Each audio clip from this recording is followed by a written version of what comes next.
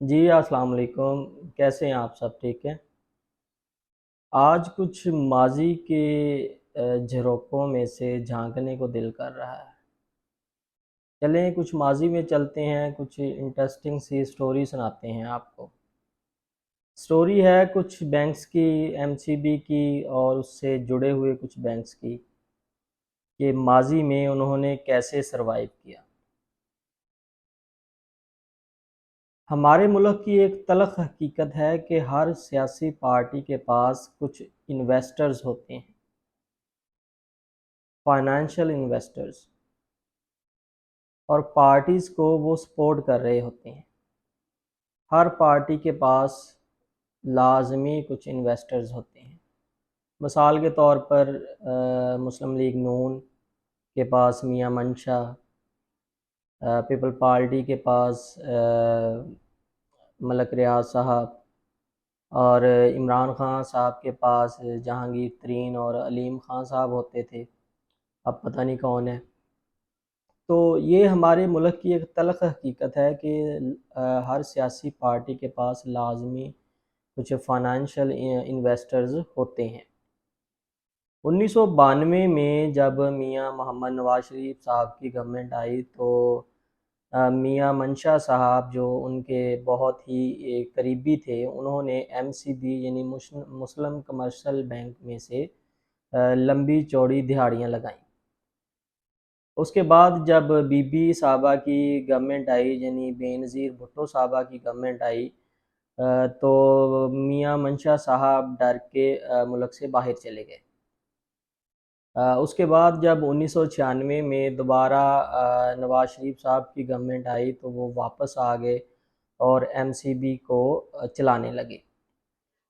اس کے بعد ہمارے کمانڈو صاحب مشرف صاحب نے جب پاکستان کو فتح کیا تو اس کے بعد میاں منشا صاحب نے کیا کیا کہ ان کے جو بہت ہی قریبی تھے، جو وزیر اعظم اور جو فائنانس منسٹر تھے شوکت عزیز صاحب، ان کے ساتھ جا کے ہاتھ ملا لیا، اور اس طرح ان کا جو مشرف کا دور تھا وہ آسانی سے گزر گیا۔ اس کے بعد جب زرداری صاحب کی گورنمنٹ آئی تو میاں منشا صاحب سمجھ گئے کہ یہ ایم سی بی پر سب سے مشکل دور ہے۔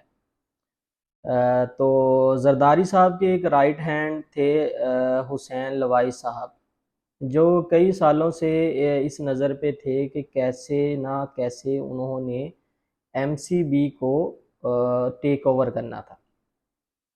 وہ ہر وقت زرداری صاحب سے ایم سی بی لینے کی ڈیمانڈ کر رہے تھے۔ تو جب میاں منشا صاحب نے یہ سارے حالات دیکھے تو میاں منشا صاحب نے ایک چال چلی۔ انہوں نے ملیشین کو قائل کیا کہ جو پاکستان کا بینکنگ سیکٹر ہے وہ انویسٹنگ پرپس کے حساب سے بہت ہی زیادہ اٹریکٹیو ہے، اور پاکستان کے جو بینکنگ سیکٹر میں سب سے جو اچھا بینک ہے وہ ایم سی بی ہے۔ تو میاں منشا صاحب نے کیا کیا کہ ملیشینز کو جو ہے نا ایم سی بی کے 40% شیئرز 400 روپے فی شیئر کے حساب سے سیل کر دیے۔ 400 روپے فی شیئر اس وقت بہت زیادہ بڑی قیمت تھی۔ آپ کی اطلاعات کے لیے عرض ہے، آج تاریخ ہے 1 سپتمبر 2022، اور آج ایم سی بی کا جو ایک شیئر ہے وہ 120 روپے کا ہے۔